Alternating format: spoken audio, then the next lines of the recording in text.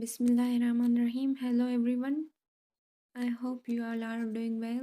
Welcome to the Dynamic Law Association. Today's topic is common law and equity. Let's start our today's topic. First of all, देखते हैं कि common law है क्या. Common law also known as case law, precedent law और judgment law.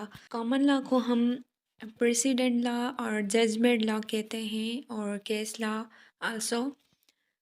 It is made through the decisions of the courts. जो जजेस उस time के जो किंग्स होते थे, जो वो फैसला करते थे, उसके बाद जो जो उनसे रिलेटेड केसेस आते थे वो उनको देखकर डिसाइड करते थे. तो वो जो प्रेसिडेंट्स होते थे उनको ही फॉलो किया जाता था. Judges used customs to decide the matters and new cases were decided on the basis of already decided cases.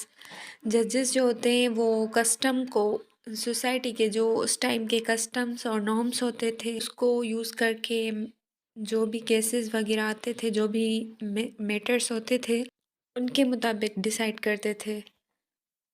It originated in the practices of the King's Court of England in the 11th century and was called common because it applied equally across the whole country. ये जो है 11th century से start हुआ था. उस time के जो Kings होते थे उन्होंने अपनी कोर्ट्स बनाई हुई थी और वहाँ पे सारे डिसीजंस वगैरह केसेस डिसाइड किए जाते थे. तो वो उनको कॉमन इसलिए कहा जाता है क्योंकि वो सारे ही होल कंट्री पे अप्लाई होते थे. और जो कॉमन लॉ है वो कोई रिटन फॉर्म में मौजूद नहीं है, ना ही पहले था और ना ही अब. ये अनरिटन लॉज हैं जो लीगल प्रेसिडेंट पे बेस करते हैं और ये अनकोडिफाइड फॉर्म में है, ये कहीं भी कोडिफाइड नहीं है. Until the late 19th century, English common law continued to be developed primarily by judges rather than legislators. जो 19th सेंचुरी तक कॉमन लॉ वहाँ पे अप्लाई होता रहता था और उसके अलावा कोई भी सिस्टम या कोर्ट्स, कोई भी लॉज अवेलेबल नहीं होते थे. और ना ही जो जैसे अब सिस्टम होता है कि लेगिस्लेटर्स, असेंबलीज वगैरह होती हैं जो हमारे लॉज बनाते हैं, ऐसा कोई भी सिस्टम मौजूद नहीं था. Only in English common law. Now we will discuss equity. और उसके बाद हम देखेंगे कि इक्विटी की नीड क्यों पड़ी, इक्विटी जो लॉज है वो क्यों आए और उनके कोर्ट्स क्यों बने जबकि कॉमन लॉ प्रैक्टिस हो रहा था.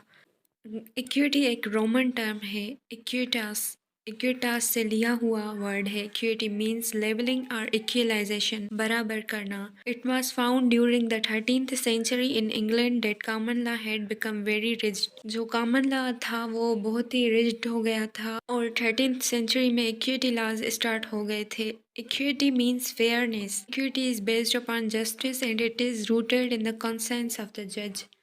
जजेस जो होते थे वो रीजंस को यूज़ करते हुए नेचुरल जस्टिस को सामने रखते हुए किसी केस का फैसला करें. During 15th century the courts of equity were introduced which worked with the common law courts and provide justice.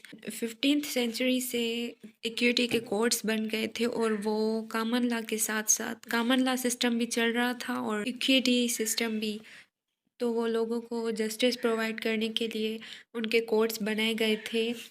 और जब कॉमन लॉ की रेमेडीज़ फेल हो जाती थी और उसकी वजह से लोगों को जस्टिस नहीं मिलता था तो court of equity play important role to fill the gaps.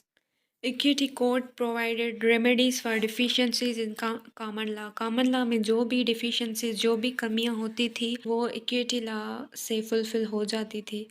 There are two main causes which necessitate the development of equity.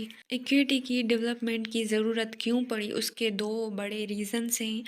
Firstly common law being technical. जो कॉमन लॉ था वो बहुत ही टेक्निकल हो गया था, वो लोगों के राइट्स को सेफगार्ड नहीं कर पा रहा था. जो जजेस थे वो प्रेसिडेंट के मुताबिक केस को डिसाइड करते थे, पर होता ऐसे है कि हर केस के अलग अलग सर्कमस्टेंसेस होते हैं, अलग रीजंस होते हैं और हर केस चेंज होता है. लेकिन जब जजेस उन्हीं फैसलों को अप्लाई करते थे तो लोगों के जो राइट्स थे वो इन्फ्रिंज हो जाते थे. जजेस न्यू केसेस के फैक्ट्स को समझते नहीं थे, तो जस्टिस जो था वो मेंटेन नहीं हो पाता था। And secondly, king courts, common law courts awarded only damages as compensation. जो कॉमन लॉ की कोर्ट्स थी वो सिर्फ और सिर्फ जो कंपनसेशन बदले में एग्रीव्ड पार्टी को देते थे, वो सिर्फ उनके लिए कोई भी और रेमेडी अवेलेबल नहीं थी।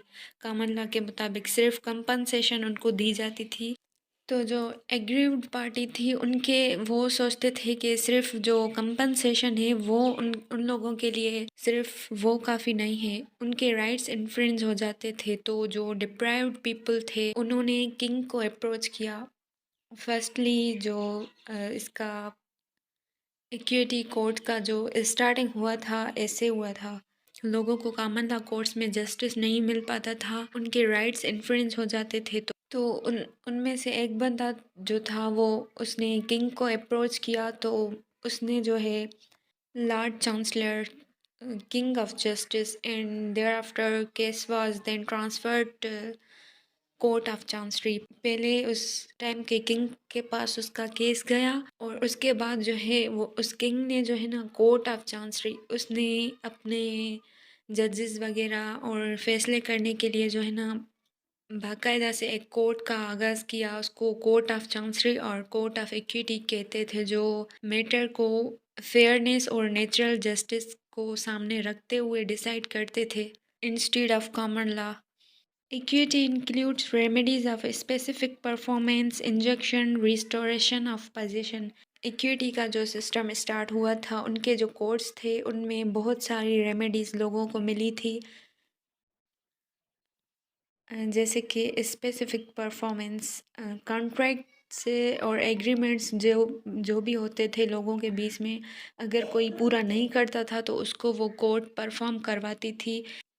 एंड इंजंक्शन जो होता था, जो क्राइम्स होते थे वो कंटिन्यूअसली कमिट्स होते रहते थे, तो उसको रोकने के लिए जो थे वो इंजेक्शंस थे।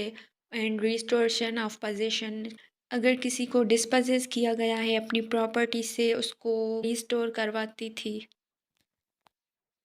इन देयर जब कंट्री में दो सिस्टम चलने लगे, तो common law and equity law system में दोनों के बीच में एक कन्फ्लिक्ट हो गया। जो लोग थे वो कंफ्यूज हो जाते थे कि उनको फॉलो किसको करना है, कॉमन लॉ को करना है और इक्विटी लॉ। वो कॉमन लॉ कोर्ट्स के पास जाते थे तो वहाँ पे कुछ और उस केस का जो डिसीजन होता था कुछ और होता था, और जो इक्विटी लॉ कोर्ट्स के पास आते थे तो उनका डिसीजन कुछ और हो जाता था। तो उनके बीच में से ही कन्फ्लिक्ट अराइज हो गए थे।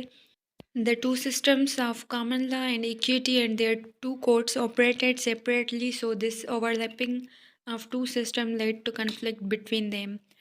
जो दो कोर्ट के सिस्टम चल रहे थे अलग अलग से, तो वो एक दूसरे को ओवरलैप करते थे। तो उसका जो मेन प्रॉब्लम होता था वो एग्जिस्टेंस ऑफ टू सिस्टम। जब टू सिस्टम साथ चलते थे तो कॉमन लॉ कोर्ट जो है वो एक पार्टी के फेवर में फ़ैसला दे देती थी, और इक्विटी कोर्ट जो है वो दूसरी के फेवर में फ़ैसला देती थी। तो लोग जो है कंफ्यूज हो जाते थे कि कौन से फैसले को फॉलो किया जाए। But this conflict between both was finally resolved through the Judicature Act of 1873 and 1875। एक एक्ट आया, उसके थ्रू जो है जो ये कन्फ्लिक्ट था वो ख़त्म किया गया। According to under section 25 of the Judicature Act 1873, it was held that in case of conflict between common law and equity court, chancery court would prevail. जब उसमें साफ बताया गया और इस प्रॉब्लम को रिजॉल्व कर दिया गया कि अगर कॉमन लॉ और इक्विटी कोर्ट में कन्फ्लिक्ट हो जाता है तो जो कोर्ट ऑफ चांसरी है, कोर्ट ऑफ इक्विटी, वो प्रिवेल करेगी। तो उसने इक्विटी कोर्ट्स की मज़ीद पोजीशन स्ट्रॉन्ग कर दी। So that's all. टॉपिक यहाँ पे ख़त्म होता है। Thank you for watching and subscribe the channel for more upcoming videos.